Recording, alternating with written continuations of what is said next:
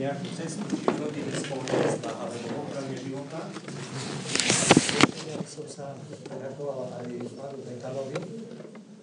My máme taký dlhoročný vzťah, on je nedaleko rodák starej Dubovny a pred Vianocami, keď som ho využil, že bol doma, sme tam nabehli na spoveď, tak vznikla táto myšlienka vlastne prístup s takými možno praktickými alebo konkrétnymi vecami, ktoré sa týkajú dnešnej doby. Čím žijeme touto problematikou, ako ju vnímame a pozrieť sa na ňu z takého skutočne ako praktického hľadiska, pretože mnohí ani nepoznáme nejaké ohrozenia, ktoré sú a tie ohrozenia ako kresťania by sme mali podať ďalej. Takže veľmi pekne už ďakujem za pozvanie aj vám, že ste prišli. Volám sa František Orlovský, som zo Starej Ľubovne, ale rodák zo Sabirova. 25 rokov.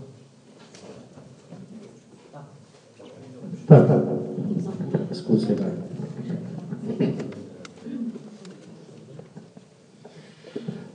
25 rokov sa venujem vlastne problematike, ktorá je stále tá istá, ale je neskutočným spôsobom kreatívna do ochrane života a prirodzeným metodám plánovania rodičovstva. Možno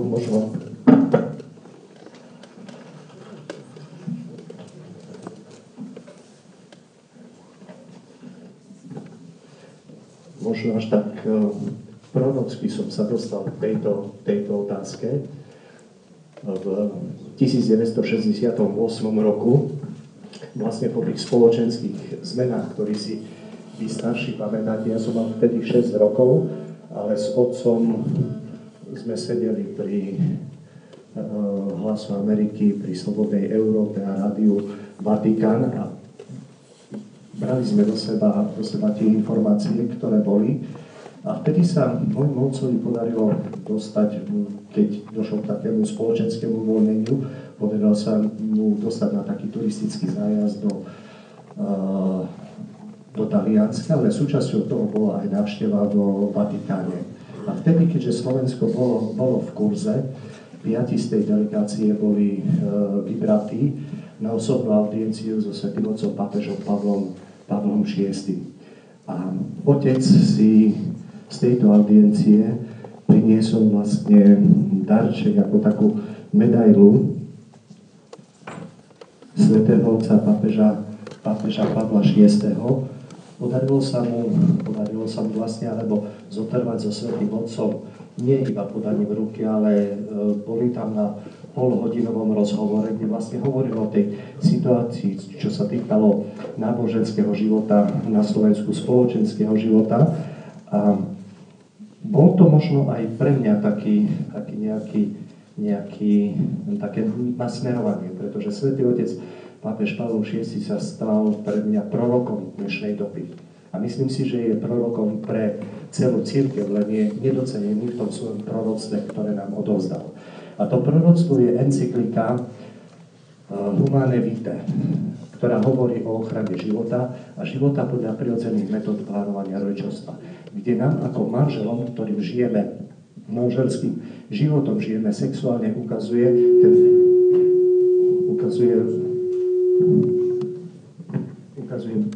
Boží prirodzený zákon, ktorý by sme mali žiť vo svojom živote. Bohužiaľ, to bola jedna z najkontroverznejšie prijatých encyklík. Niektoré konferencie biskupov odobrili svojim veriacim akoby obchádzanie záverov tejto encyklíky, akoby im dovoľovali, vy nemusíte žiť podľa prirodzených metód plánovania rodičovstva, vy si nájdete iný spôsob života. Toto sa de facto nedá realizovať. Encykliku Humane Vitae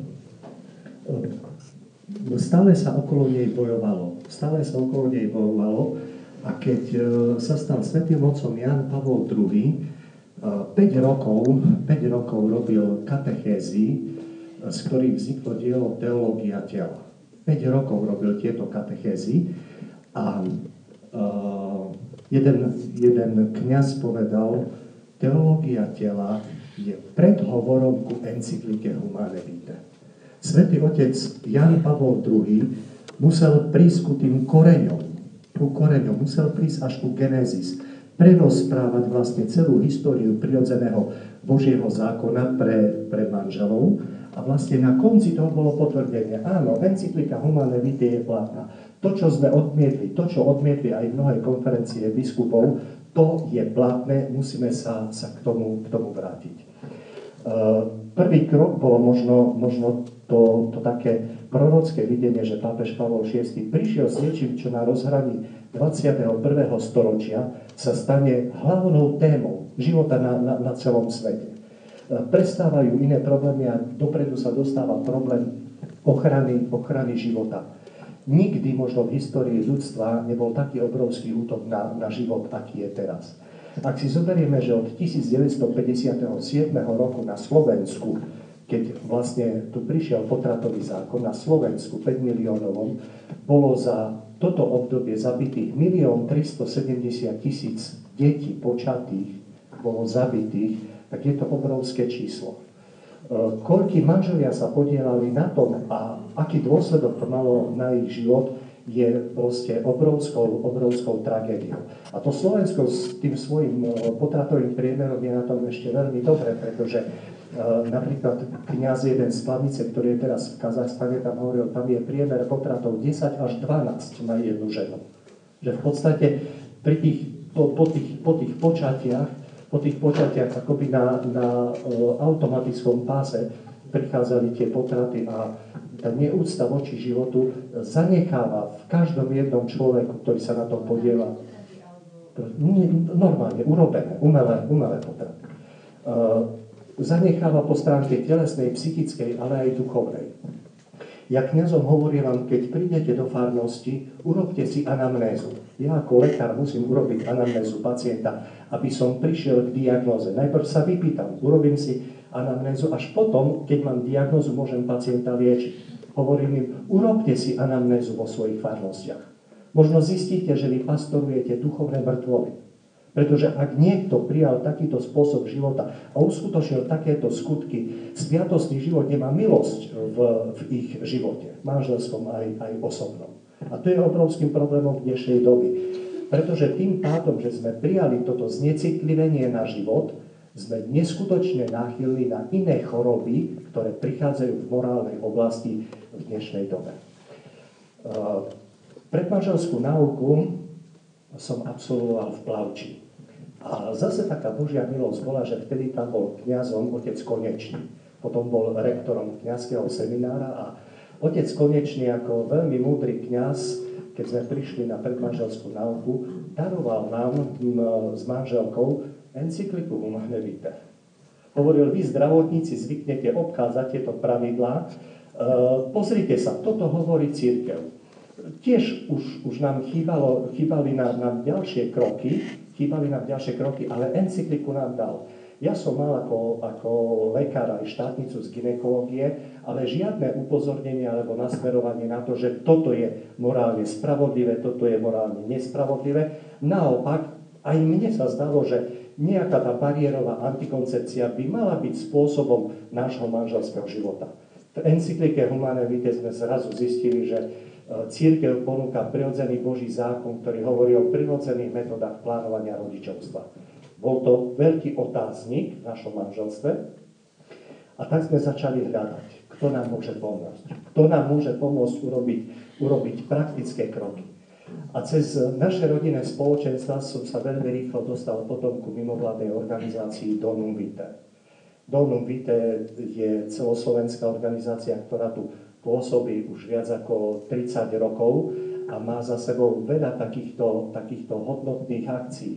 Jednou z takýchto hodnotných akcií bola prvá pro-life celosvetová konferencia hneď po revolúcii v 1991 roku.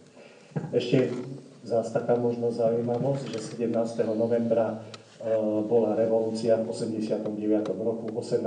som ja mal svadbu, takže zase aj to naše manželstvo vstúpilo do takej revolučnej doby.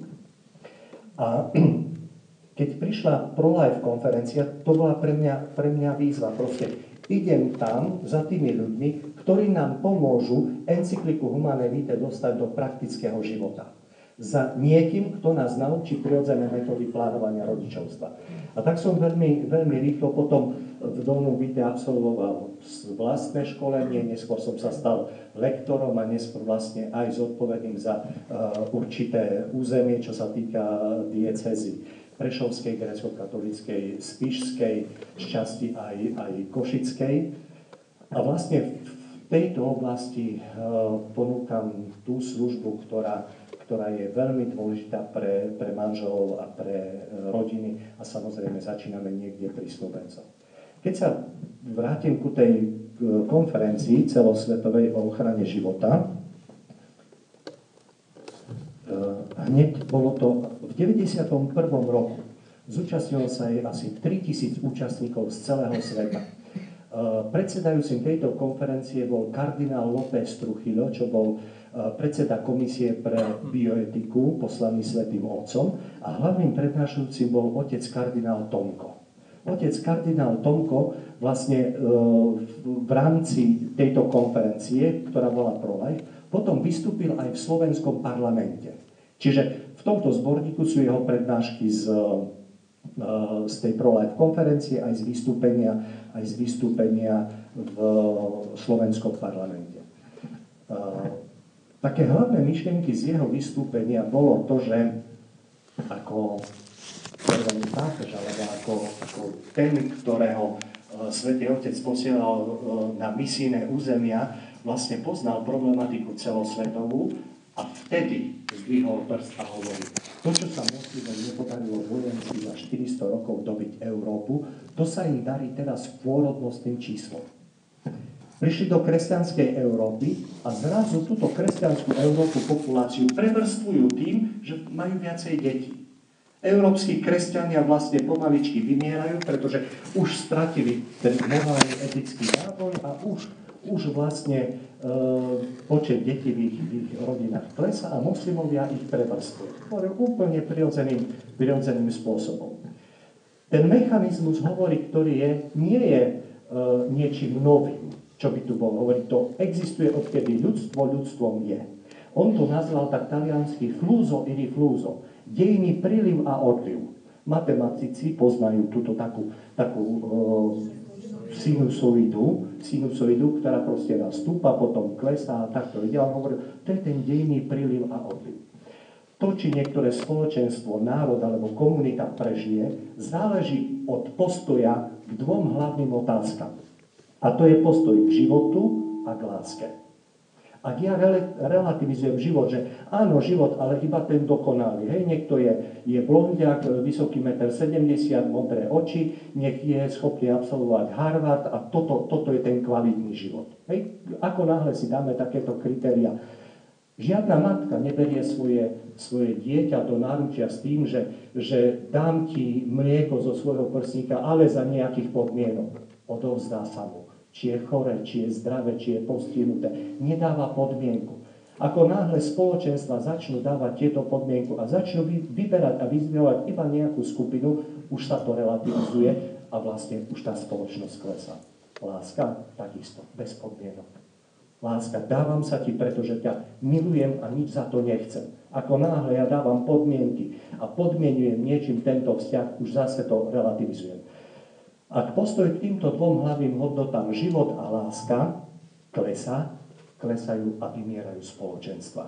On to ukázal historicky. Grécka spoločnosť, rímska, germánska. Hovorí, my Slovania sa držíme, 1100 rokov sa držíme, pretože sme prijali vieru a s ňou aj nejaké morálne a etické zásady.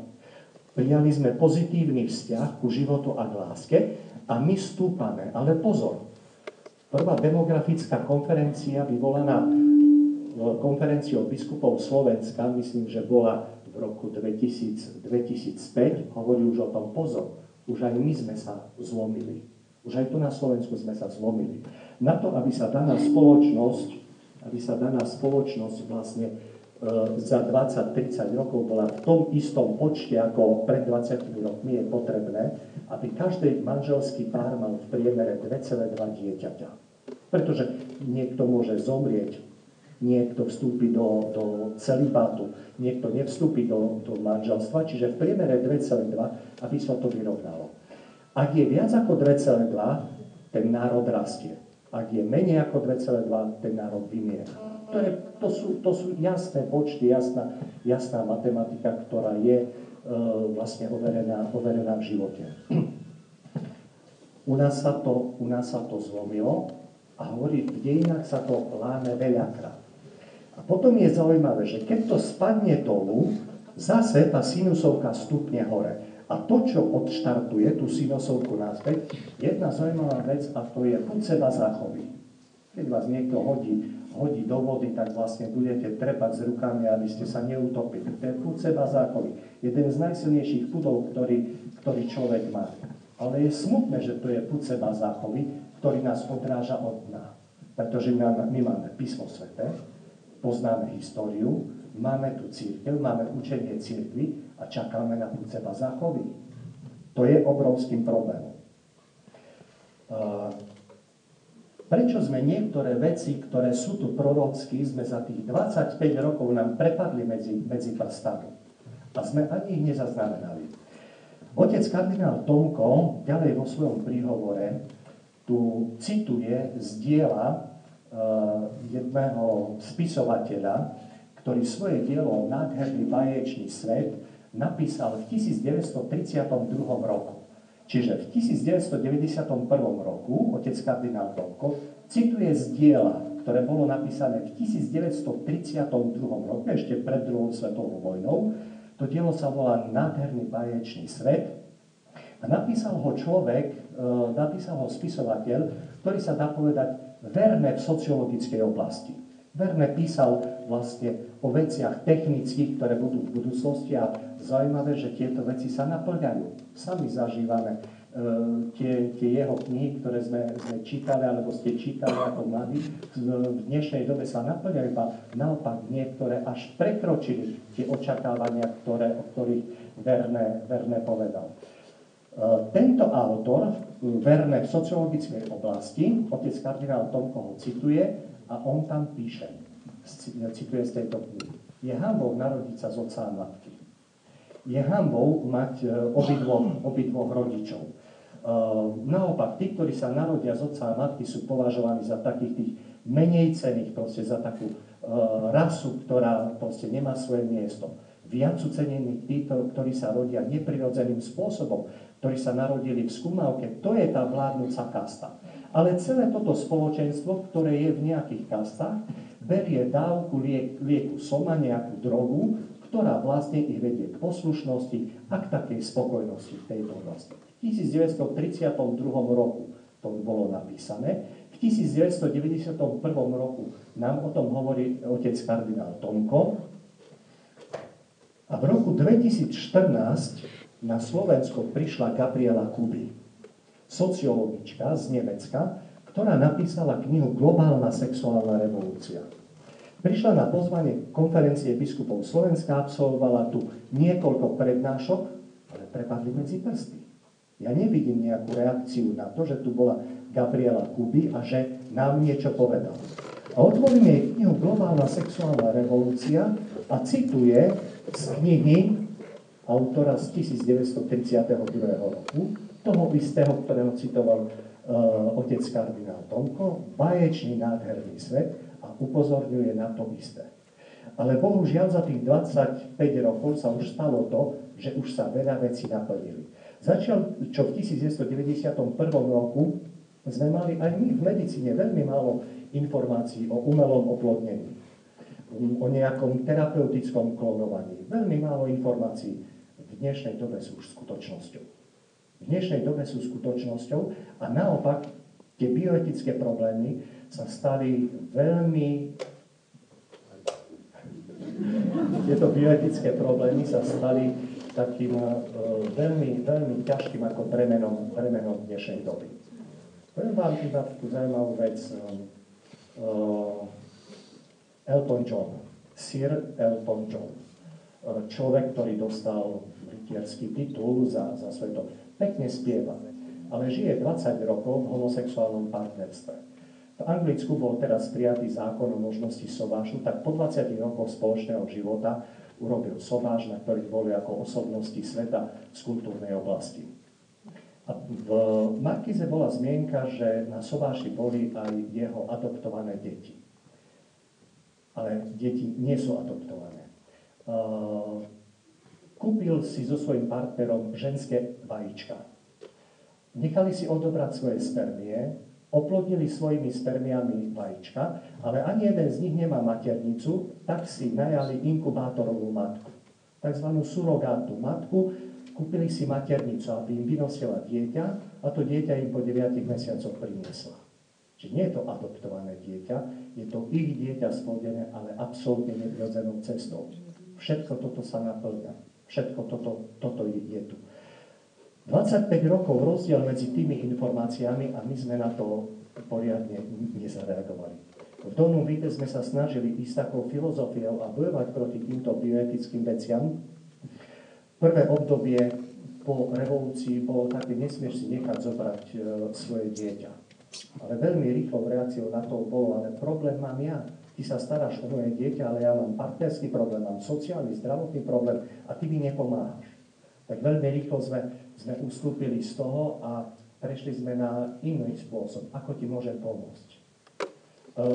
Žiadna žena s radosťou nejde na potrat. Ak ti pomôžem dať do poriadku vzťah, zdravotné veci alebo sociálne veci, uchráni si to dieťa samo.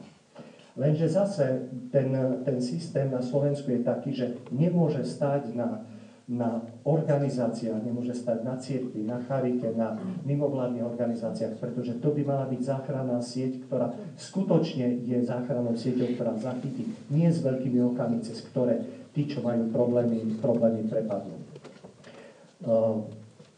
V tých 90. rokoch do 98. boli vybudované, na Slovensku bolo vybudovať niekoľko centier pre matku v núdzi. Ale samozrejme, keďže to išlo zo súkromných peňazí, ten efekt bol minimálny. Mohli poskytnúť pomoc ročne nejakým 30 ženám alebo 30 matkám v núdzi, ale prestali fungovať, pretože skutočne to bolo na tej ochote a na peniazoch ľudí mimo štruktúr štátu. Tak sme začali tretie obdobie. A to tretie obdobie bolo, ak naučíme manželov plánovať počatie dieťaťa, predsa nebudú potrácať plánované dieťa. Ktoré deti sú potrácané? Neplánované. Tam, keby to dieťa prichádza nevhod. Samozrejme, niektorí manželia sú otvorení aj pre neplánované počatý život, ale mnohí rezignujú a idú na potrat, pretože to dieťa prichádza nevhod a nepasuje im do tej ich životnej situácii, ktorá je. Tak sme povedali, poďme pripravovať snúbencov. Začali sme pripravovať snúbencov, ale poviem vám štatistiku z mojej oblasti, okresu Stará Ľubovňa. Za to obdobie som poučil cez 1000 snúbeneckých párov. Ale keď si zoberieme 1000 snúbeneckých párov, na predmanželskú náuku 40% z nich prichádza tehotných, ale 95% už žije sexuálne. Mnohí aj niekoľko rokov žijú antikoncepčne a vlastne tam zmeniť ich spôsob života je obrovský problém. Predmanželské náuky sa stali evangelizáciou. Proste oni základné otázky viery, prirodzené metódy plánovania rodičovstva, to je pre nich vysoká škola. A keď môžem povedať, možno 1-2% sme schopní s nimi pracovať tak, že prídu možno na druhé, na tretie stretnutie a vieme ich vychovať v prirodzených metodách plánovania rodičovstva. Čiže máme plné kostoly manželov, ktorí sú antikoncepční, sterilizovaní alebo potratoví. Tak to je. Dám na megatoskop rentgenový snímok pánvy mienkotvornej ženy vo farnosti a tam svieti vnútromaternicové teliesko. Ona potráca. Samozrejme sa podieľajú na tom obidvaja so svojím manželom. Volá mi nevesta z Rakúska, hlási sa na predmanželskú náuku. Za 3 minúty rozhovoru viem, že tam s ním žije 4 rokov sexuálne, že sa bránia počatiu, používajú hormonálnu antikoncepciu. A v rámci informovaného súhlasu jej lekár povedal, áno, má potratový účinok. Tak zdvíham telefon, volám kňazovi, budú sa vám hlásiť dvaja exkomunikovaní na predmanželskú náuku, pretože oni o tom vedia. A za 4 roky manželského života určite potratili pod vplyvom týchto prostriedkov. Bojujeme proti obrovskej hlúposti a nevedomosti. Minulá doba nás zahnala niekde do absolútnej nevedomosti, ale na druhej strane máme tu ľudí ochotných, obetavých, ale je problém presadiť sa v tejto spoločnosti. Ak encyklika Humanae Vitae bola mnohými konferenciami biskupov potlačená alebo modifikovaná, ten istý problém prežívame aj tu. Tieto myšlienky sa nedostávajú ku manželom a snúbencom tak, ako by sa mali.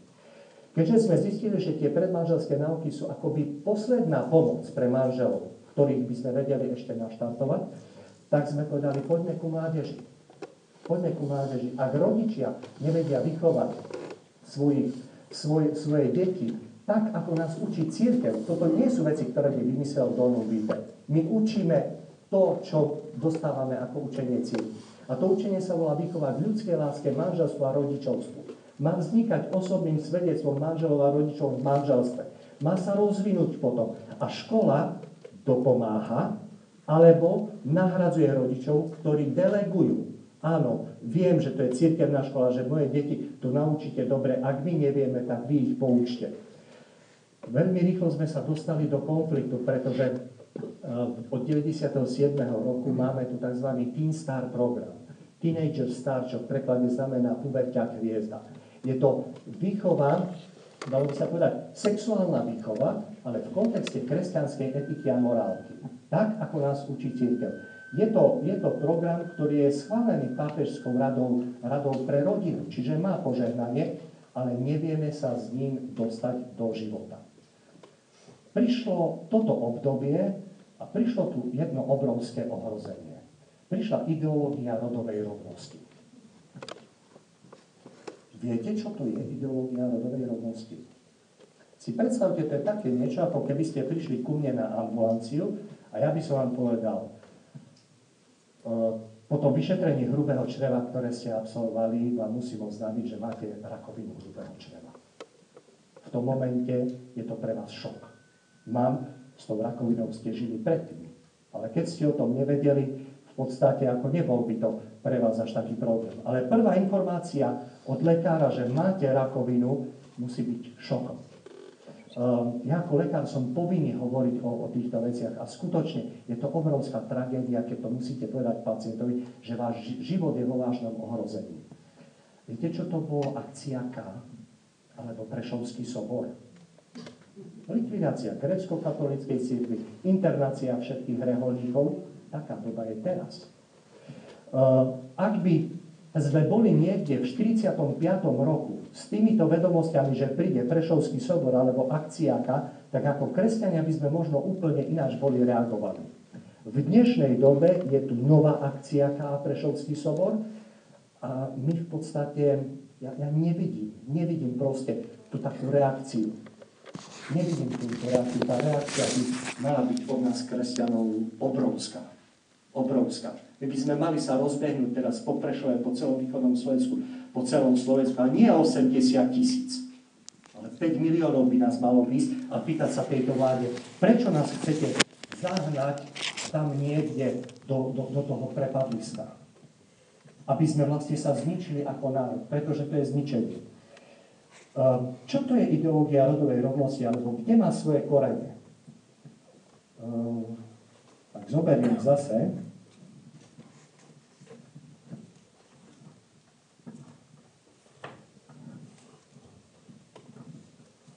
Zoberiem knihu Gabriely Kuby a tam je napísané v roku 1848 vo svojom diele Pôvod rodiny, súkromného vlastníctva a štátu prvý triedny protiklad, ktorý sa v dejinách vynoril, je totožný s vývinom antagonizmu medzi mužom a ženou v manželstve a prvý triedny útlak je totožný s útlakom ženského pohlavia mužským.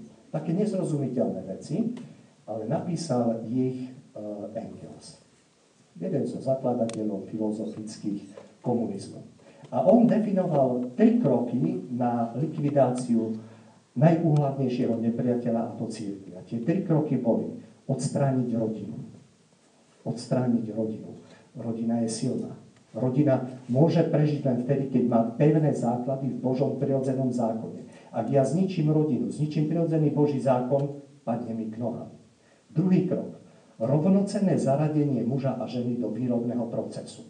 Ja matku musím vytrhnúť od detí, musím ju vytrhnúť z rodiny, aby tá rodina nefungovala, tak to urobím tak, že vlastne ju urobím ambicióznou, aby nechcela rodiť a byť doma, čiže prirodzenosťou. Naopak jej poviem, že muži vás utláčajú a vy sa nenechajte utláčať a rozpadne sa rodina. A tretia je verejná výchova detí. Nie manželia sú zodpovední, nie rodičia zodpovední za výchovu detí, ale urobme verejnú výchovu detí, vygumujme im mozgy. Vygumujme mozgy. Engels v 1848 roku. Prišiel rok 2011 a prišli prvé myšlienky alebo konkretizácia myšlienok z Európskej únie. Z Európskej únie prišlo veľa dobrého. Máme obnovené školy, niekde cesty, obce niekde vyzerajú krajšie, ale prišla aj filozofia, aj ideológia. A prišla nová ideológia rodovej rovnosti. A čuduj sa svete, naši socialisti slovenskí ju v plnosti prijali. A nie len, že ju prijali, ale vlastne ju aj chcú zaviesť do právneho systému Slovenska. Od 2011 roku sú 4 výbory, ktoré sú financované z našich daní. Pracuje tam niekoľko desiatok ľudí. Jeden výbor je pri úrade vlády, druhý je pri ministerstve práce, sociálnych vecí a rodiny. Tretí je pri ministerstve vnútra a štvrtý, myslím, že pri spravodlivosti. 4 výbory, v ktorom pracuje niekoľko desiatok a títo ľudia pripravujú tzv. Novú stratégiu ľudských práv. Tá nová stratégia ľudských práv už je hotová. Už ju vláda terajšia socialistická Slovenskej republiky prijala a už vláda určila jednotlivým ministerstvám, že musia do júna roku 2015 ju pretransformovať do zákonov. Do zákonov, ktoré budú dané do parlamentu. Táto nová stratégia ľudských práv rieši tam aj také otázky, ako že týrané ženy, alebo ako pomôcť manželom a rodinám. Ale pomôcť manželom a rodinám je na jednej strane, týrané ženy sú asi na 20 stranách, ale viac ako na 3 stranách sú nadpráva pre skupiny LGBTI. Lesby, gejovia, bisexuáli, transexuáli, intersexuáli. Homosexuálni ľudia tu žili, odkedy svet svetom je. Tí stále žili. A tak ako učí katechizmus katolíckej cirkvi, aj oni môžu prežiť svoj život vo svetosti. Môžu prežiť svoj život vo svetosti, ak neuplatnia homosexuálny spôsob života. Čiže homosexuál môže byť veľmi platným človekom v spoločnosti, vo farnosti. Môže byť človek, ktorý môže veľa dať, pretože sú nadaní niektorými schopnosťami, čo heterosexuálni nie sú. Stále ale musí byť definované, že je to patológia. Je to choroba, ale môžu prežiť svoj život vo svetosti. Nová stratégia ľudských práv a celá ideológia rodovej rovnosti je zamerané na individuálne nadpráva pre tieto skupiny. Prvým nadprávom, ktoré chcú, je stejné práva ako heterosexuálne manželstva. Nech sa to volá registrované partnerstvo alebo registrované manželstvo. To už je jedno. Dosť na tom chcú uzákoniť svoje zväzky tak, ako zväzky heterosexuálne. Viete, a oni povedia aj tak, viete, vy, kresťania, vy ste takí radikálni na tieto otázky. Dobre, tak už sa vyhníme nejakým veciam adopcie detí do takýchto manželstiev, ale predsa súhlaste s tým, aby mohli mať registrované partnerstva, pretože ak budú mať registrované partnerstva, tak tie otázky, ktoré sú napríklad dedenia alebo otázky informácie o zdravotnom stave a také, budú z toho vyplývať. Pozor, ako náhle by sme odsúhlasili registrované partnerstva, všetky ostatné nadpráva, ktoré oni chcú v rámci adopcie detí do homosexuálnych partnerstiev, prídu v terajšej Európskej únii ako legislatíva cez súd pre ľudské práva v Štrasburgu. Automaticky. Čiže ak sa uskutoční, zrealizuje tento prvý krok, registrované partnerstva, všetko ostatné automaticky sa zrealizuje. Viete, neexistuje trošku tehotná žena. Žena je buď tehotná, alebo nie je tehotná. Takisto aj v tejto oblasti nemôžeme podľahnúť nejakým emóciám alebo nevedomosti, ale musíme určiť presnú hranicu. A presná hranica preto sú heterosexuálne manželstvá, ktoré jediné sú schopné prirodzeným spôsobom počať dieťa a tak ho aj spravodlivo vychovať. Všetko ostatné je nespravodlivé. Ale na druhej strane pripomínam toto, že aj homosexuálni ľudia, aj takýmto spôsobom chorí ľudia sú v podstate platnými členmi každého jedného spoločenstva, ak neuplatnia vo svojom živote homosexuálny alebo lesbický spôsob života.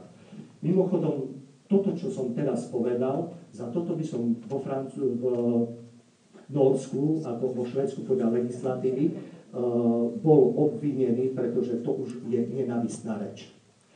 To nám tiež prišla povedať pani Gabriela Kuby s tým, že tam už legislatíva v európskych krajinách je a už toto sú trestné veci, ako náhle sa dostanú do zákonodárstva. Čiže ak sa to dostane do zákonodárstva, automaticky ďalšie veci sa uskutočnia.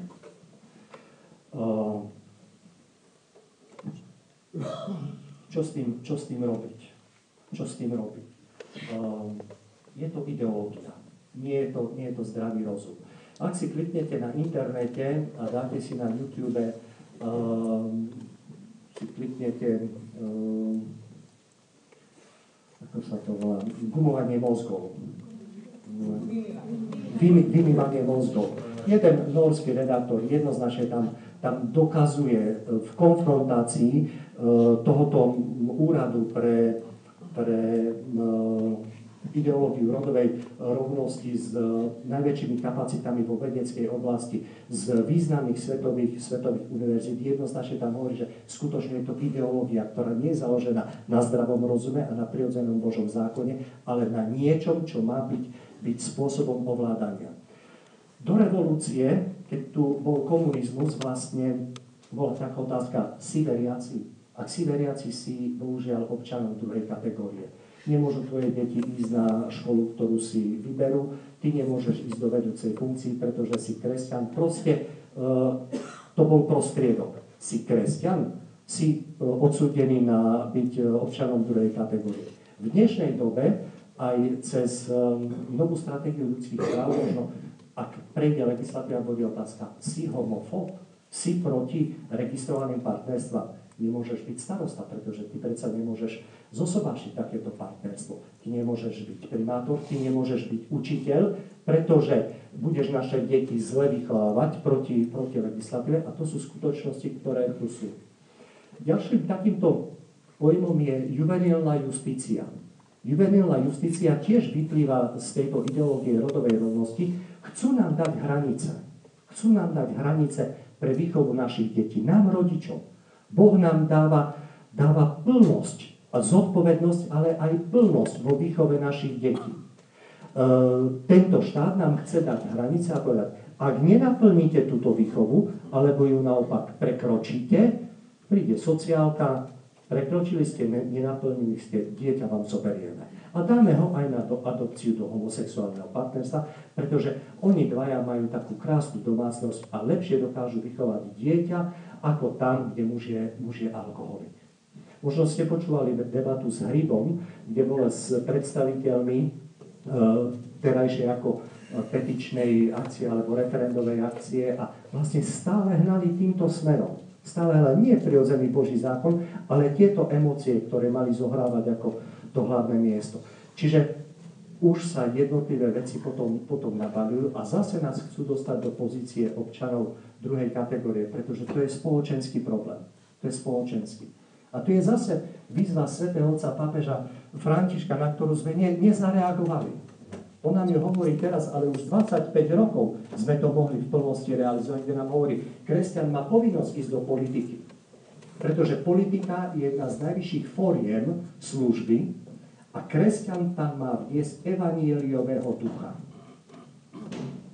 Možno sme zapredali tieto myšlienky za nové cesty, nové školy, za obnovené budovy, A zavrhli sme politické strany, ktoré držia morálny kredit, ktoré idú v súlade s prirodzeným Božím zákonom a ani pri jednom hlasovaní nezapochybovali v týchto morálnych veciach. 25 rokov sme nevyužili.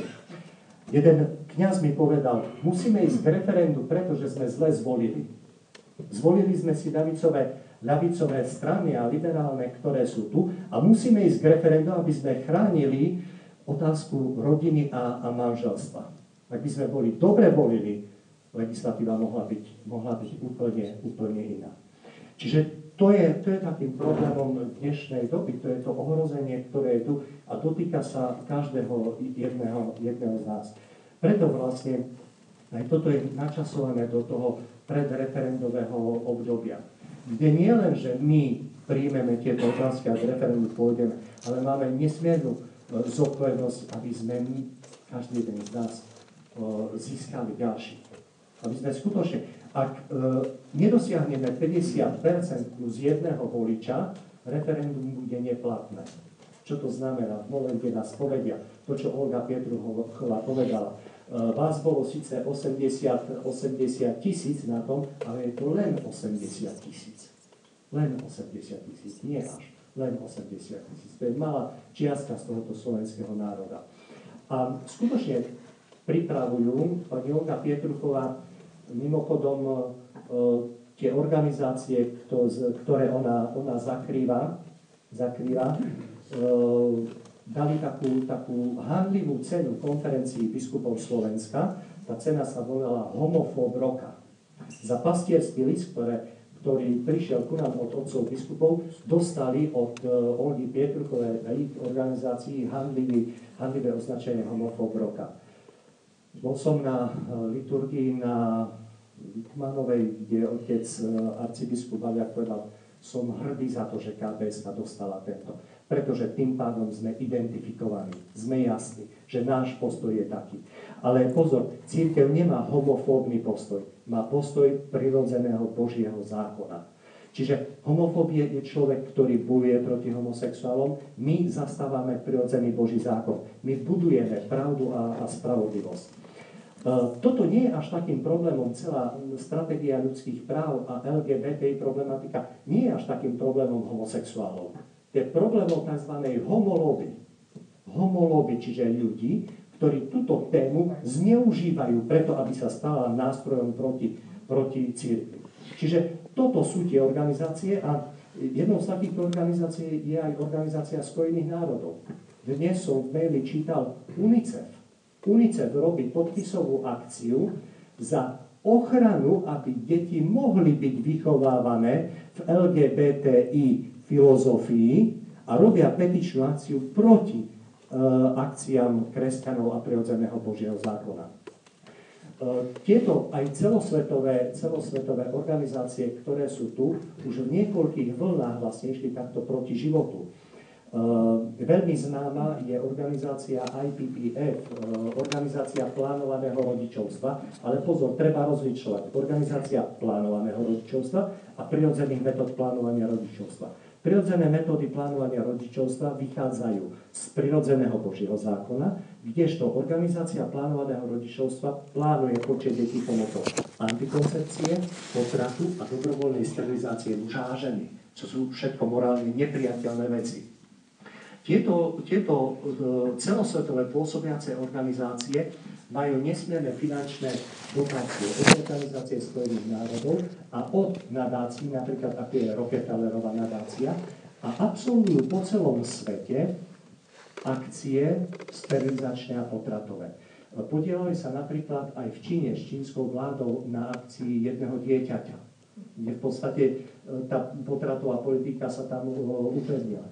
Takisto aj sú známe aktivity, že ekonomická finančná pomoc pre krajiny tretieho sveta, pre africké, je stále podmienená, že časť z týchto pôžičiek bude zneužitá na antikoncepčné a potratové programy. Čiže čo je zmyslom? Zmyslom týchto organizácií je tá zlatá miliarda. Zlikvidovať preľudnenie tohoto sveta a vytvoriť tu svet pre privilegovanú miliardu.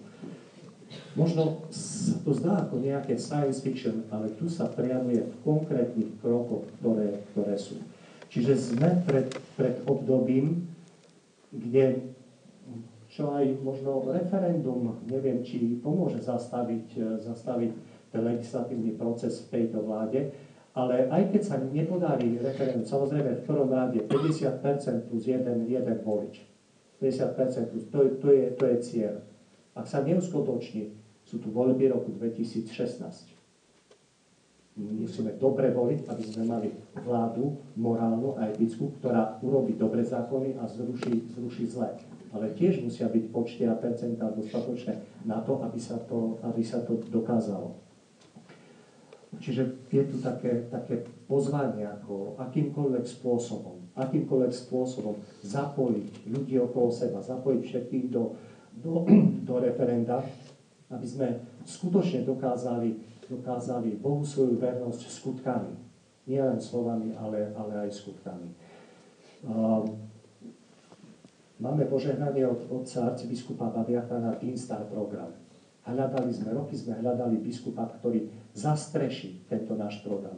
Až ohrozenie antikoncepčnej sexuálnej výchovy, ktorá je bezbreho pripravovaná do našich škôl, vlastne nám otvorila cestu a pozvanie k tomu. Verím, že aj ostatní otcovia biskupy a ostatné diecézy sa postupne budú zapájať, ale už je z nášho medicínskeho hľadiska sa to povie nebezpečenstvo z predĺženia.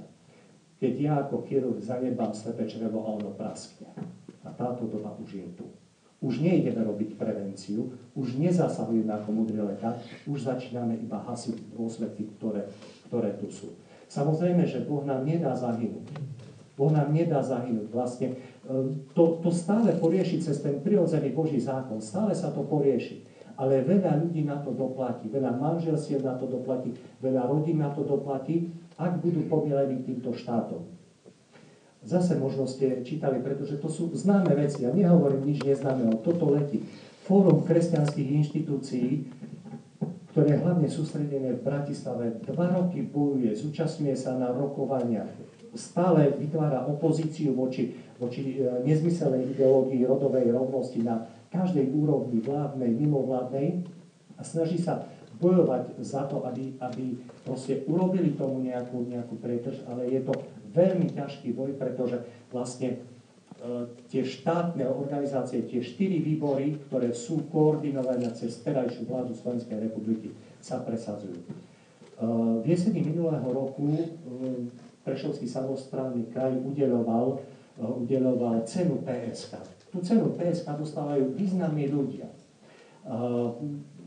Držiteľmi tejto ceny sú aj mnohí otcovia biskupy, žijúci aj in memoria, ktorí skutočne sa zachovali o ten duchovný, kultúrny, spoločenský rozvoj našich diecéz, našho Slovenska. Ale navrhovaným človekom, ktorý mal dostať túto cenu, bol minister Lajčák. Minister Lajčák bol poverencom vlády pre prípravu novej stratégie ľudských práv. 6 sme nehlasovali za ňo, boli sme neskutočne odsúdení v Ľubovni, všade sme boli odsúdení, že ako si nedovolíme takéhoto štátnika, to bohužiaľ to pre mňa nie je štátnik, ktorý vlastne dá slúčku na krk svojmu národu, pretože pripravuje novú stratégiu ľudských práv. Jasným hlasom od našich otcov biskupov bolo, že ani jeden sa na udeľovanie ceny PSK nezúčastnil.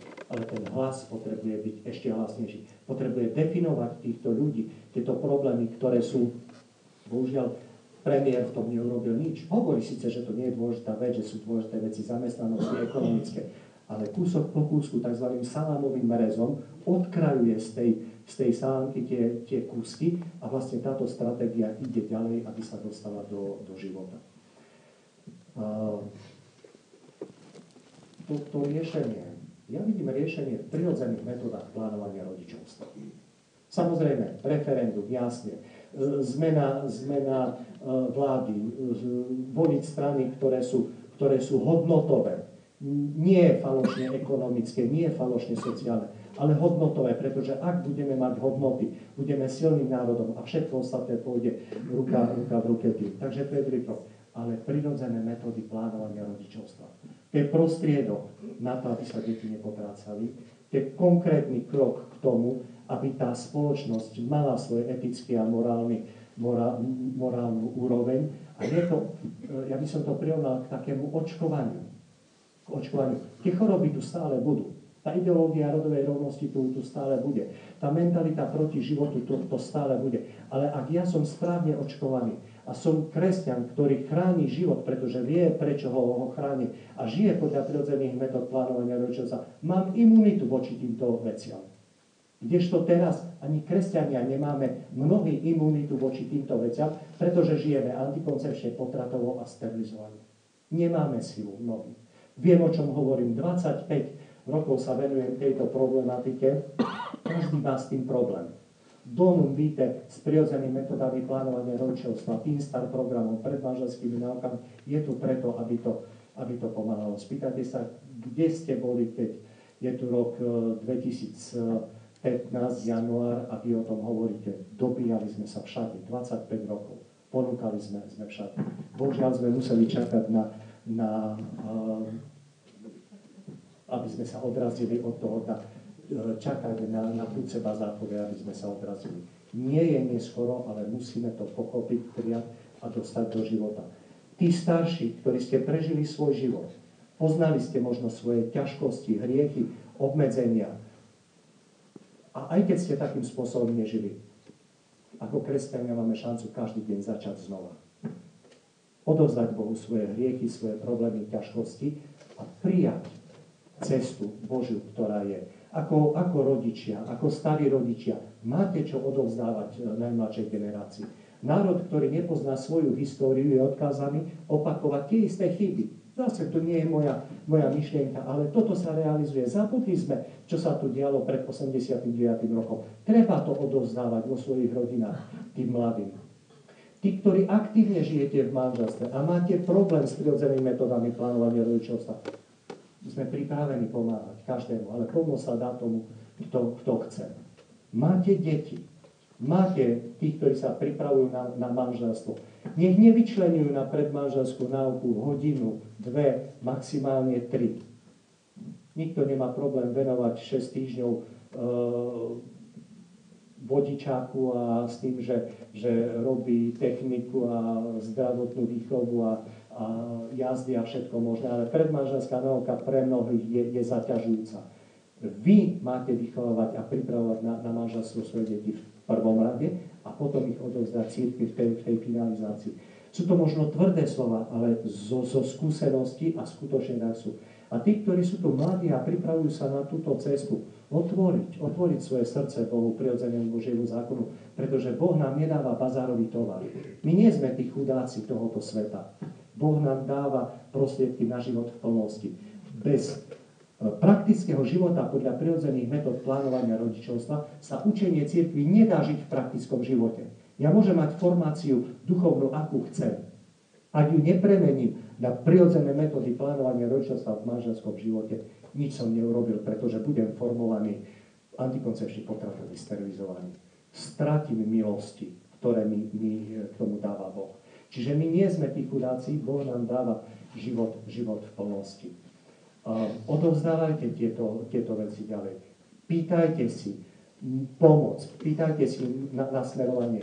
Viete, veľakrát sa stretávam s kontroverznými vecami. Niekedy sú za mnou poslaní manželia alebo rodičia v poslednom štádiu, kedy vlastne človek už len skôr musí sa za nich modliť a nemôže im ani pomôcť, pretože tak dobabrali svoje manželstvo. Konkrétny telefonát. Volá mi jeden pán, dostal som na vás telefónne číslo, žena, môžete pomôcť, žijeme 3 roky v manželstve, nemôžeme počať dieťa.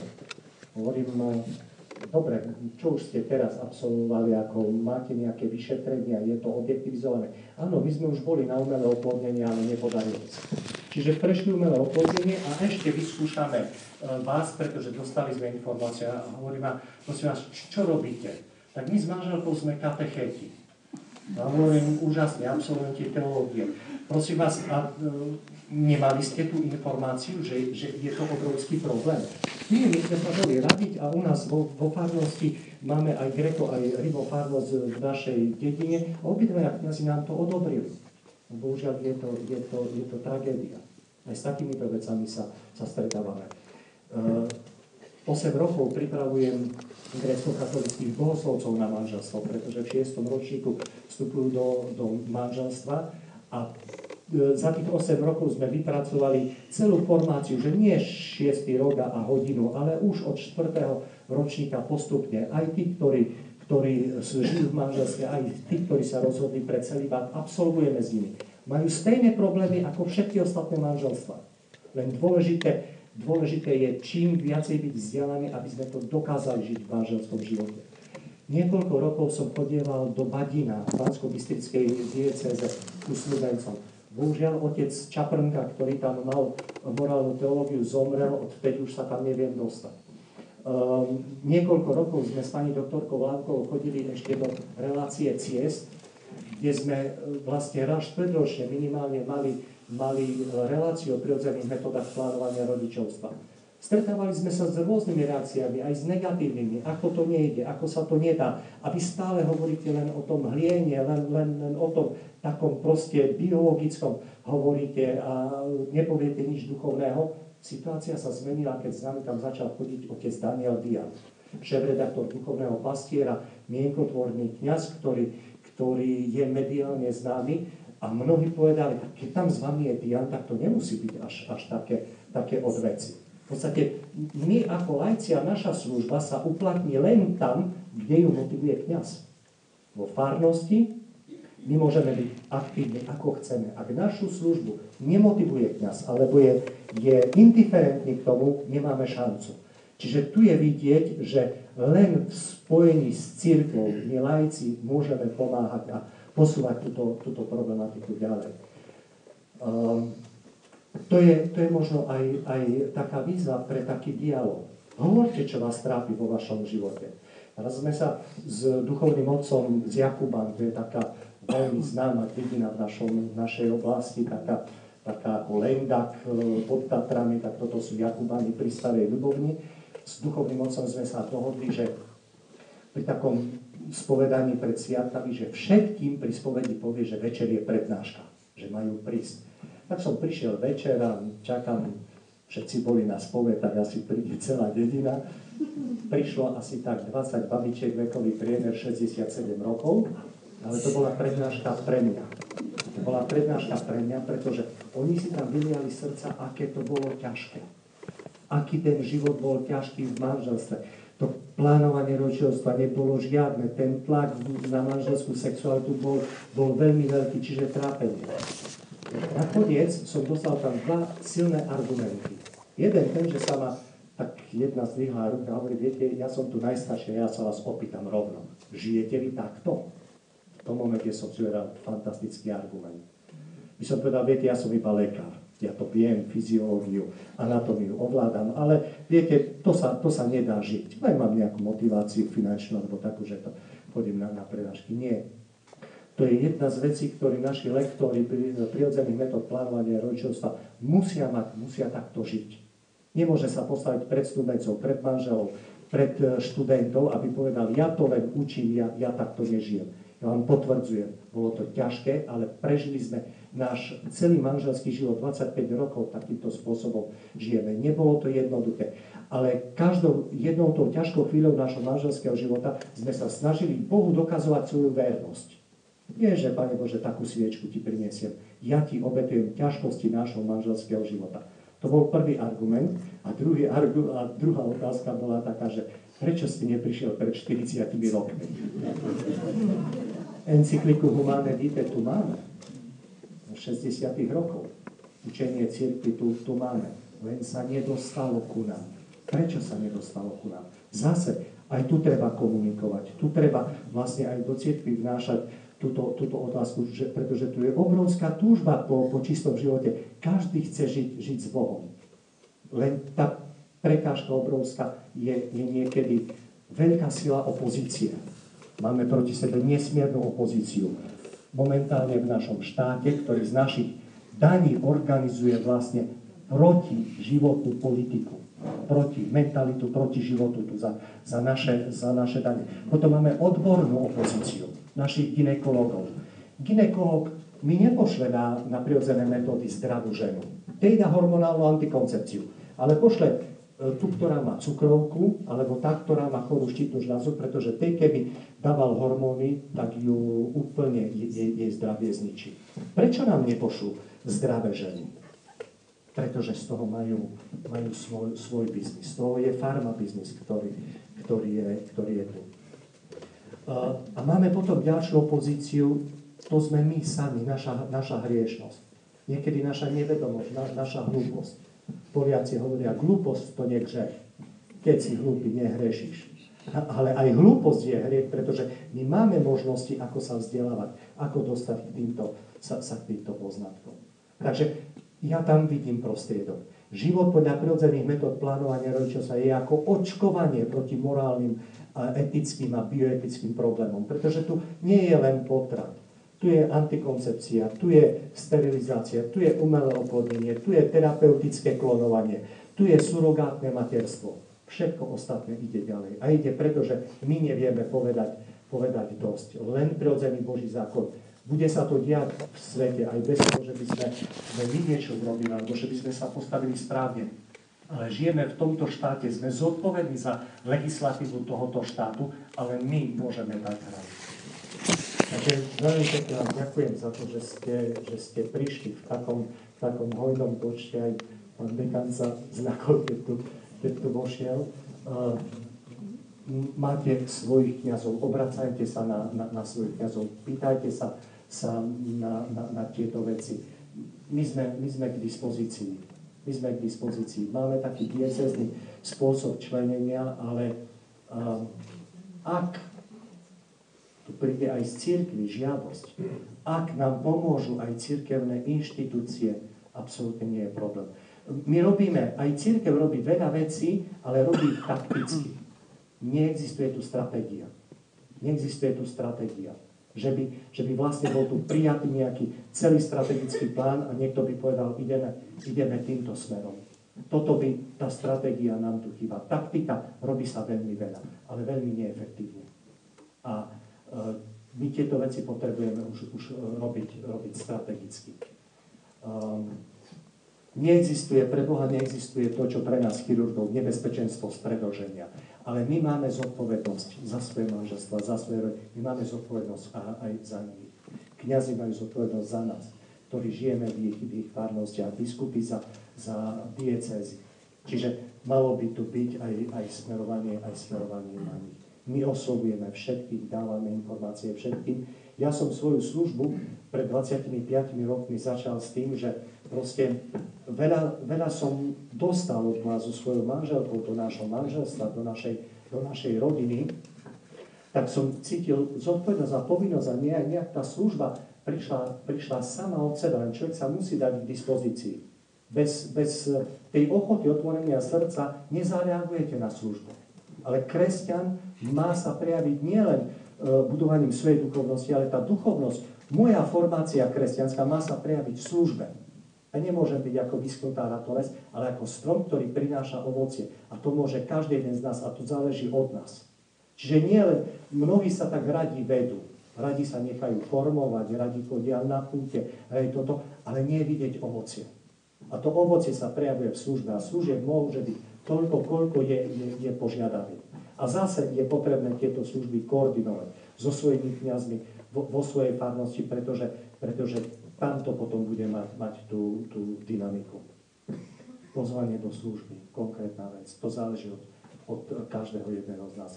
Ak každý jeden z nás príjme nejakú službu, tak uvidíte, že to... Nečakajme na oslovenie.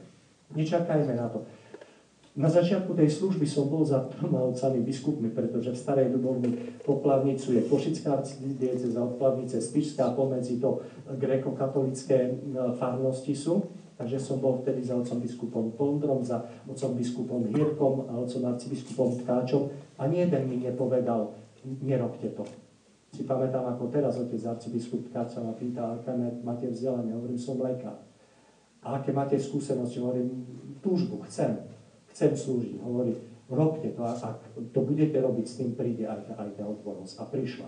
Krôčik za krôčkom. Ten človek musí žiť v tejto problematike. Takže nepotrebujeme ani školu, ani nič. V prvom rade musí byť túžba. A potom si nájdeme tie cesty a spôsoby. Veľa nám dali Poliaci, pretože u nich diakonia života, službu života je celonárodnou cirkevnou službou. Každá diecéza má kňaza zodpovedného za formáciu v tejto oblasti. Diakonia života, služba životu. Poverený kňaz, ktorý je toto. A zase je to veľká sila. Poznáme sa roky s pani profesorkou Vandou Poltavskou. Pani profesorka Vanda Poltavská, psychiatrička, o nej sa hovorí, že bola lekárkou kardinála Vojtilu ešte keď bol kardinálom v Krakove, ale hovorila, ja nebyłem lekářem, bo Jan Pavel bol taký zdravý, že on doktora nepotreboval. Ale potom sa stala členkou Pápežskej rady pre rodinu. A bola akoby takou spojkou pre Svätého Otca pri vlastne budovaní tej teológie tela. Ona vlastne bola takouto spojkou, ktorá prenášala problémy manželstiev. Ako psychiatrička, ako žena skúsená nám veľmi veľa ako pomohla v tom nasmerovaní na tú službu ochrany života. Takže život a láska, dve absolútne hodnoty. Toto musíme chrániť ako kresťania, toto musíme rozvíjať a musíme byť oveľa aktívnejší. Pán ho zaplať za ten čas, ktorý som mohol byť s vami. Každá jedna takáto služba je aj pre mňa povzbudením, ste pre mňa povzbudením, hoci by bolo veľmi dôležité, keby tu bola mladšia generácia.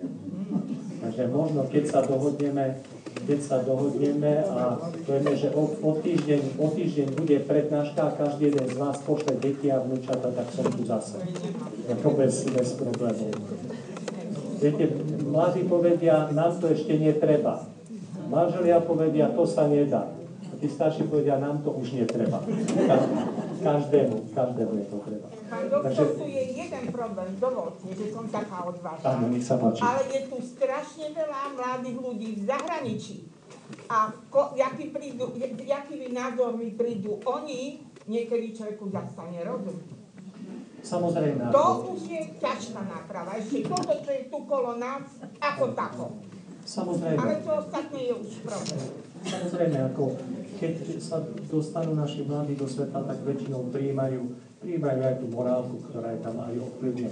Preto je dôležité v prvom rade si uchrániť tu na Slovensko a my máme veľmi dôležité povolanie. My máme jedno veľmi dôležité povolanie, ktoré nám Svätý Otec Jan Pavel II dal. My máme obrátiť Európu. Najprv sa musíme pripraviť my a potom vyjdeme do Európy a naši mladí obrátia Európu. Nie pokazia sa v nej, ale budú obrácať. Svätý Otec František nás volá k evangelizácii. Možno, že za chvíľu sa staneme my misionármi pre celú Európu v ochrane života. Tomu sme povolaní, ale najprv sa musíme my tu pripraviť. Najprv musíme trénovať, cvičiť, aby sme mali tie duchovné svaly a potom sa rozbehnúť možno do celej Európy. A nie Európa pokazí nás, ale my napravíme Európu. Takže je to ťažké. U nás veľmi veľa mladých ľudí je v zahraničí. Veľmi veľa matiek odchádza od detí do Rakúska, aby zarobili, uživili a potom tie rodiny chátrajú. Ale to je Engels.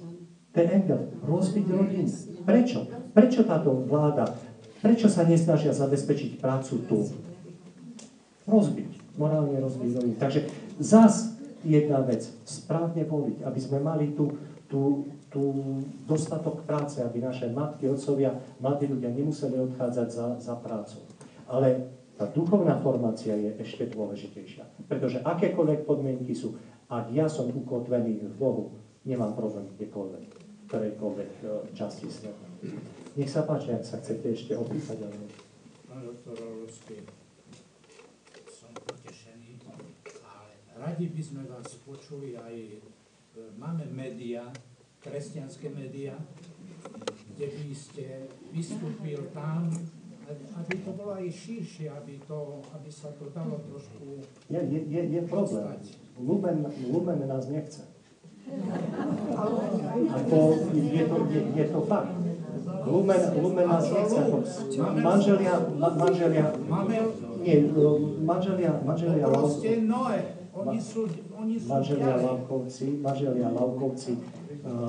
Manželia Lavkovci tam boli niekoľkokrát s týmito vecami. Tiež chýba možno taký duch Boží alebo pohľad na priority. Pretože sú dôležité aktivity vo farnosti, budovanie kostolov a také, ale otec biskup Balaš, ktorý nás veľmi podporoval a veľmi nás viedol formačne aj našu službu, on bol vtedy predsedom komisie pre katechizáciu.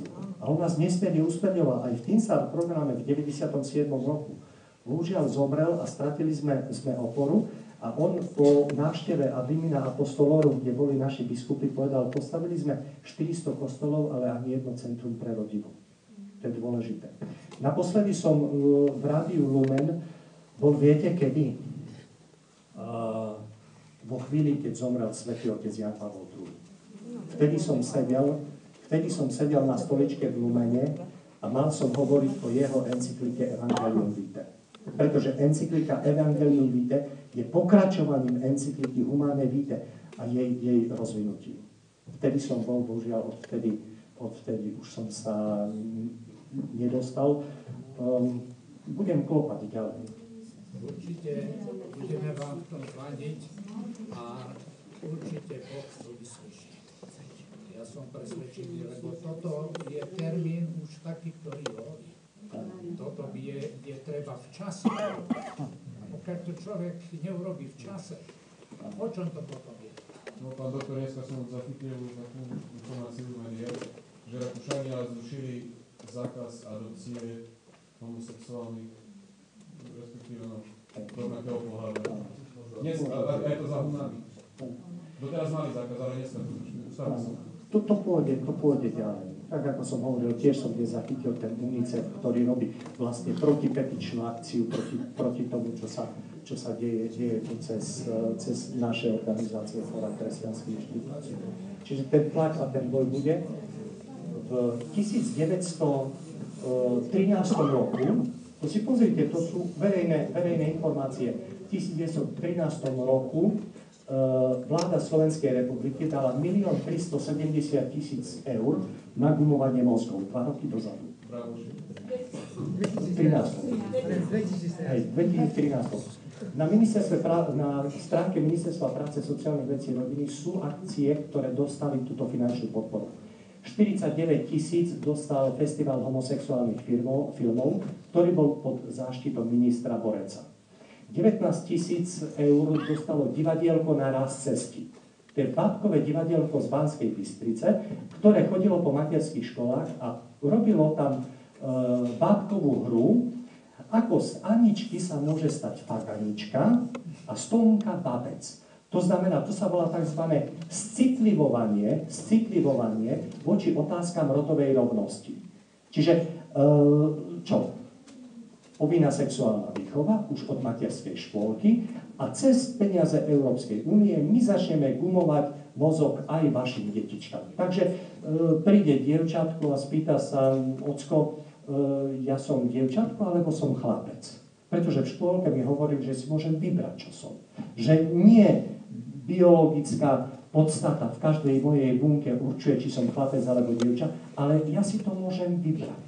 A keď si to môžem vybrať, no tak na prihláške na vysokú školu už je napísané rodič 1, rodič 2. Otec Peter Jakub, riaditeľ Centra pre rodinu, zobral túto prihlášku, tak preškrtol rodič 1, rodič 2 a prepísal otec a matka. To musíme robiť všetci. To musí byť počuť náš hlas. Pripravuje sa na jeseň tohoto roku sa pripravuje pochod za život, tak ako bol v Košiciach v Bratislave. Z východu mám obavu. Ak nebude tu ten duch, tá motivácia, veľmi málo nás pôjde do Bratislavy. Treba burcovať už odteraz. Prvá akcia referendum, ďalšia akcia pochod rodiny v Bratislave, ďalšia akcia voľby 2016. Tých akcií bude viacej a všade musí byť počuť náš hlas, musí nás byť vidieť a my sa musíme Musíme pýtať vládu, aby plnila to, čo chceme my, a to sa robí zase iba vo voľbách spoločenských. Čiže nestačí len deklarovať navonok, ale treba robiť aj konkrétne. Ďakujem, nech sa páči. Ja som dneska napísanov takýto úryvok bol, napísaný na papierine, že by sa nepňazali, lebo sa to dostalo od niekoho, že v jednej škole v Košiciach, v tomto čase sa to stalo, bola prednáška na ochranu proti ajcu pod zaštitou ministerstva zdravotníctva. A namiesto toho, aby im boli prednášali o ajce, tak im premietali rôzne sexuálne pohyby a žiadali žiakov, aby si to na sebe vyskúšali. Toto sa už deje. Ale chcem ešte niečo povedať. Čítal som aj za tú knihu. A tam sa pán doktor o týchto všetkých veciach, ktoré sa sú dneska vyznačné, aj píše. Diabol pred druhým príchodom Krista bude mať takú moc za 2 roky, že si už bude myslieť, že všetko získal. Hovorím, že údre najsapor na rodinu, pretože chce rozbiť rodinu, rodina je základná bunka aj cirkvi. A podľa neho by malo aj všetko padnúť, aj cirkev. To sa nestane. Cirkevné brány nikto nepomôže. Ale tam na konci sa tieto kniha hovorí, že keď si diabol bude myslieť, že všetko získa, tak potom budem ja ako pán a všetko zmetiem do tej. My máme všetky predpoklady na to, aby sme to nenechali padnúť až tam, na ten Kunce Bazáchovi, ale v ekonomike existuje taký pojem trvalé udržateľný ekonomický rast. Vieme, že to nie je, pretože je recesia, je kríza, ale existuje trvalé udržateľný duchovný rast. Je tam uvedená aj príčina, že prečo to je tak? Odvraciame sa od Boha, chceme robiť všetko bez Boha. My na tieto veci, ktoré chceme robiť, nepotrebujeme. Aj naša vláda je taká, aj čo my nepotrebujeme. Pretože sa im spústa neveriacich na to, že to tak rozhodujú za nás. To je bolševická vláda. Je to, len my to máme vo svojich rukách. Skutočne toto sa už deje na školách, to je realita. My sme takto reagovali aj v Spišskej Belej, toto bolo. Na tej stránke Fóra kresťanských inštitúcií je viacej takých informácií. Oni majú pripravených lektorov. Tí lektori sú naštartovaní na štartovacej čiare a čakajú. A mnohí ani nečakajú, ale už sú na školách. Ku nám na cirkevnú školu prišla požiadavka, že prídu tam s takou prednáškou, ale majú podmienku, nesmie tam byť ani jeden pedagóg. Čiže treba to poznať a byť citlivý na tieto veci a vedieť, čo je obsahom toho. Tiež napríklad Teen Star program, kto to nepozná? Povie, sexuálna výchova, kresťanská, čo to je? Vy zase budete to. Ale je to prostriedok, spôsob a cesta. Výchova k ľudskej láske, manželstvo a rodičovstvu. Čiže my sme zodpovední za výchovu našich detí a my si musíme strážiť. Veľakrát tieto inštitúcie, napríklad ako školské rady. My sme zodpovední za výchovu aj na školách. Prečo my nie sme kresťania v školských radách? Prečo sme ľahostajní voči tomu, že tu je samosprávny orgán školský, ktorý môže toto všetko kontrolovať, zmeniť. A kde sme my? My nie sme v školských radách. Čiže zase musíme sa reálne pozrieť aj na seba, že my sme proste pustili aktivitu zo svojich rúk. Pustili sme aktivitu. A pustili sme tam tým, ktorí prichádzajú s týmito programami. Je to skutočne realita. Ak by som mohla vlastnej skúsenosti, kladíte otázku, že prečo nie sme v školských radách. To nie sme preto, lebo je nás veľmi málo, ľudia sa boja ozvať. Ja to hovorím konkrétne za seba, že ja som bola v rade školy a tým, že som sa takto ozývala a bola som proti veciam, ktoré sa na škole diali, jednoducho za učiteľov, potom ani za rodičov som sa do rady školy nedostala. A vyhovuje im to takto, lebo v rade školy sú ľudia, ktorí ticho, ktorí podklepú všetko a takto ide.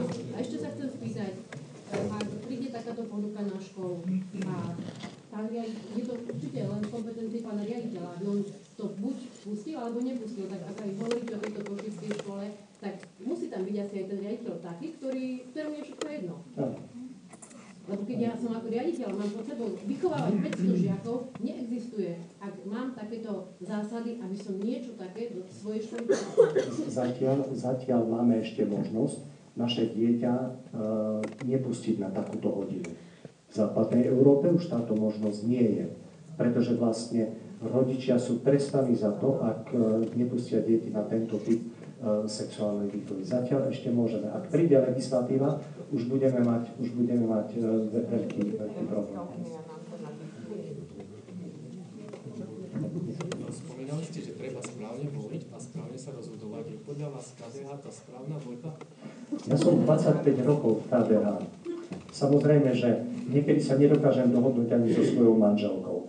Čiže v podstate strany sú zložením ako zo spustou ľudí. Ale garantujem vám, že v každom hlasovaní, ktoré bolo o hodnotách, KDH zahlasovalo správne.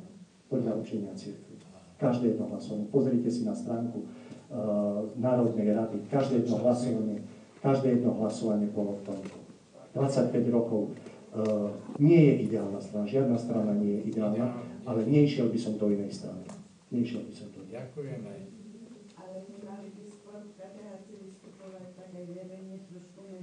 Nedostanú sa do médií.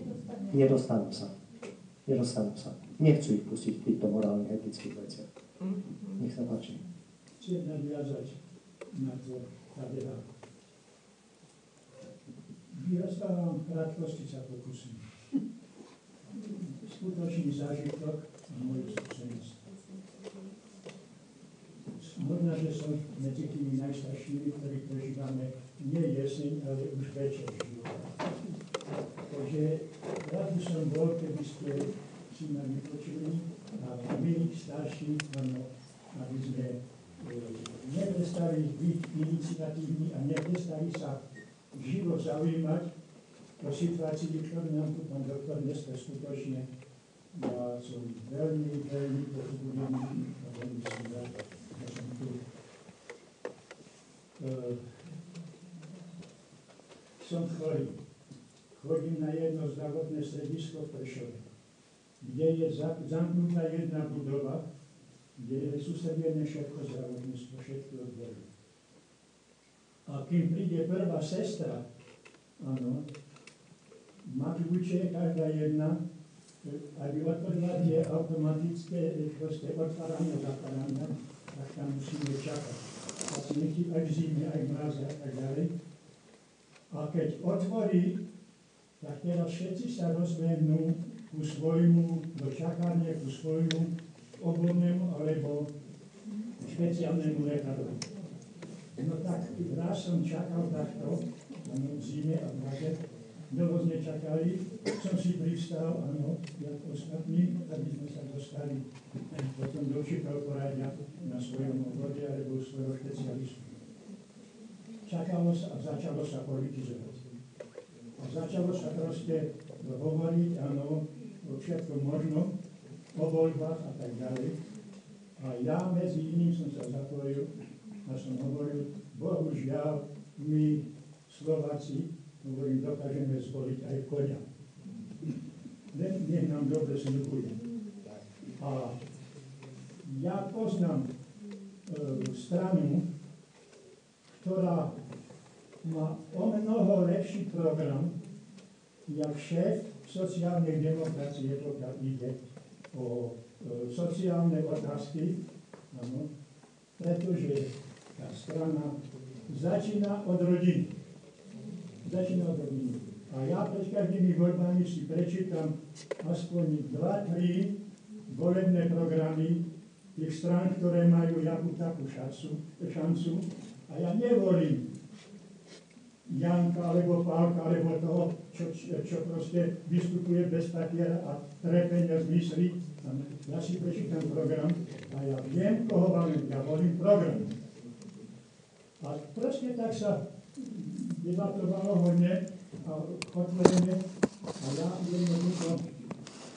ja som prestal tak zozadu, ešte bolo šerok, ozval sa jeden hlas, ja vás, Pane, poznám. Áno, kto ste a čo ste. A ja vám poviem jednu vec, že KDH nikdy sa nedostanete do vedenia. Nikdy nebudete mať dosť páry, aby ste proste čo si nám vnútri z jedného dôvodu. Pri predposlednom čítaní ľudu, áno, vás kresťanov bolo cez 80%. A máte svätú pravdu, čo hovoríte. A ja súhlasím. Áno. Ale jednoducho, vy ste zodpovední za to, čo sa tu teraz hovorilo a čo ste hovorili konkrétne vy. Ja som hovoril aj to, že máme zlú vládu, ktorá nás klame a tak ďalej toto. Áno, vy sa nedostanete ku väčšiemu číslu výsledku volieb, pretože vy nie ste v ničom jednotní. Nie ste jednotní v ničom, konkrétne ničom. A za to, že teraz sú také nedostatky a taká vláda, ste zodpovední vy kresťania.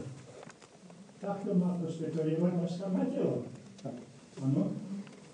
A my, on sa prihlásil smelo, my komunisti volíme svoju stranu. A vy všetci volíte všetkých. Čo chcem tým povedať? Je dôležité, čo tam doktor hovoril. Ja som starý človek, ale zatiaľ, chvála Bohu, ešte stačím sa zaujímať i o cirkevné, i o spoločenské dianie. A proste tieto veci máme. Tak, skutočne je to veľká pravda. My nie sme jednotní. Treba, aspoň, ja si beriem osobne aj s mojou manželkou za povinnosť, že nesedíme dneska tu, my starci, nečinní. My chceme v rámci našich síl, v rámci našich schopností, áno, sa zapojiť do tejto veľmi dôležitom probléme, pred ktorým stojíme, je referendum. Nás nie je pravda svedčia mnohých, čo sme túto ísť do referenda. Áno, robíme proste, čo je v našich stranách. My, starí ľudia, budeme sa modliť za výsledok referenda, aby tam bolo minimálne tých 50% a ja.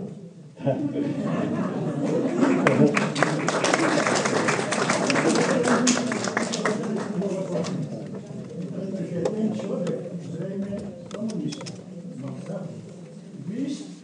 Vás je 80% alebo viacej kresťanov a vy nebudete nikdy o ničom rozhodovať, lebo vy nie ste jednotní. A budeme sa modliť za výsledok proste toho referenda a budeme sa modliť naďalej aj za našich kňazov. Áno. A vidím, dal Pán Boh toľko silu a toľko odvahy, aby proste v kostole burcovali. Otvorenie a tým pádom nám dodávali silu. Áno. Tu si zoberme poučenie aj z komunistov, tí robili politické školenia. A pustili do nás nesmysly a tak ďalej, my sme to papali aj s nadiakom. Aby sa naši kňazi nebali, aby cítili nás podporu všetkých generácií, i mladá, i prostredná, i naša stará, aby tie naše modlitby dali odvahu a dali im proste silu, aby proste dokázali nás. Ďakujeme veľmi pekne za váš zrelý postoj. Ďakujeme. My keď sme chodievali niekedy zo začiatku na prednášky, tak sme chodievali dvaja. Jeden prednášal, druhý sa modlil. Modlitba je veľmi dôležitá pri každom jednom našom snažení, preto každý nech pomôže svojím spôsobom, ale všetci pridajme modlitbu, kde Duch Svätý nech nás vedia, nech nás nasmeruje správnou cestou. Takže modlitba je veľmi dôležitá. Aj ten, kto má koľko svojich síl, akých nech proste ohlasuje, nech pomáha aj praktické kroky a potom vyhráme. Vyhráme v prvom rade pred Bohom, že mu my dokážeme svoju vernosť. Ďakujem veľmi pekne a ešte poprosím duchovného. Pár slov, kto ma nepozná, som Viktor Balte, som kaplánom v tunajšej farnosti svätého Mikuláša. A teda čo konkrétne môžeme robiť my, respektíve ako môžeme prebudiť ľudí okolo nás, aby aktuálne, čo sa týka referenda, pristúpili k týmto urnám, pretože otázka referenda nie je len otázka veriacich ľudí, ale je to otázka rodiny ako takej. My aj dnes, my nebojujeme proti homosexuálom, proti LGBTI. Nás to Kristus nikdy neučil. On hovorí, hriech odsudzuj, ale človeka miluj. Tak to, aby bolo jasné, my nejdeme bojovať proti niekomu, ale chceme hájiť predovšetkým tú rodinu, v ktorej zrejme asi prevažná časť nás vyrastla, rodinu, ako ju poznáme, otec, mama a deti. Túto rodinu chceme hájiť, aby štát túto rodinu uznal ako exkluzívnu, ako jedinú. Aby rodina nebola muž, žena, žena a ešte 17 iných nejakých rôznych rodov napríklad.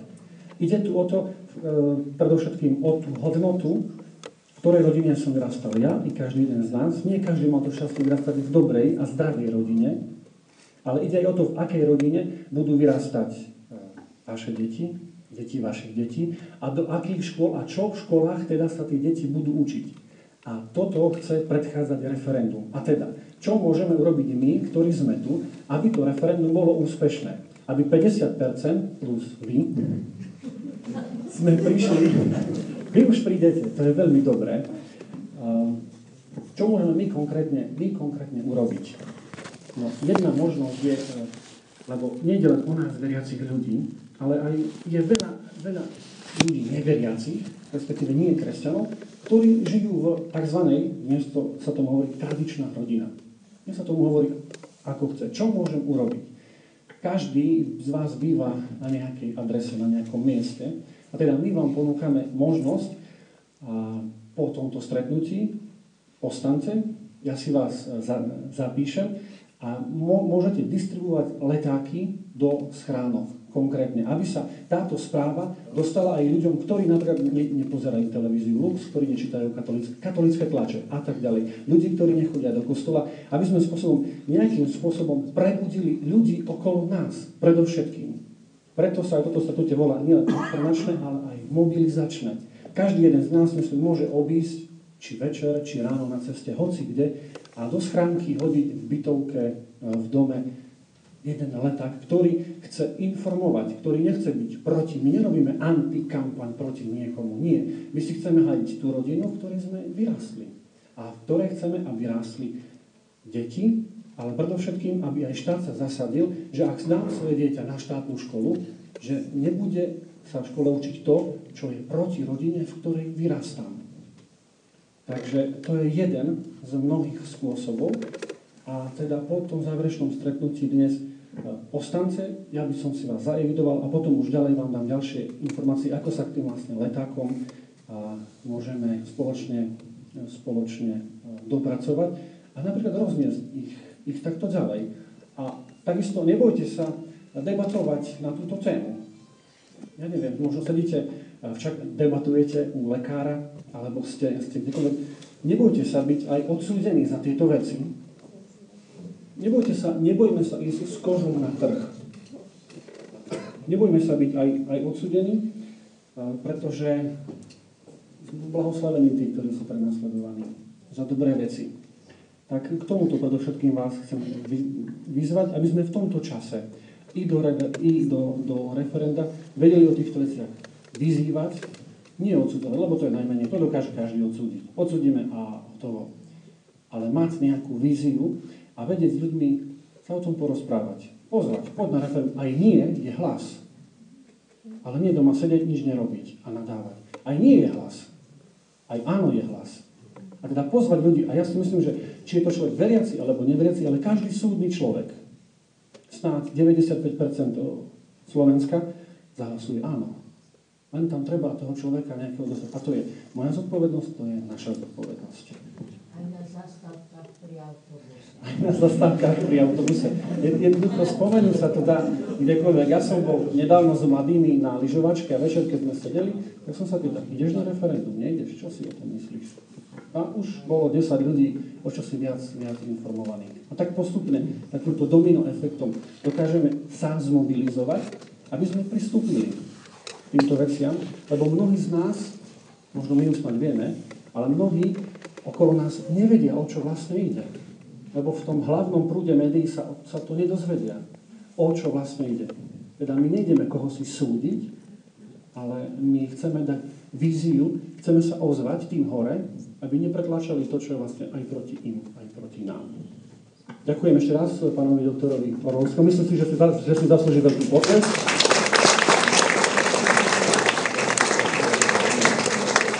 Takisto veľké poďakovanie aj otcovi dekanovi, to je jeho myšlienka,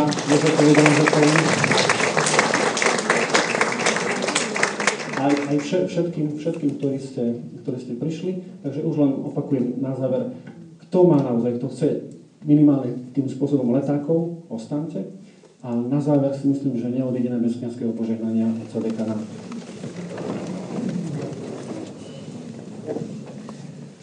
Pán s vami.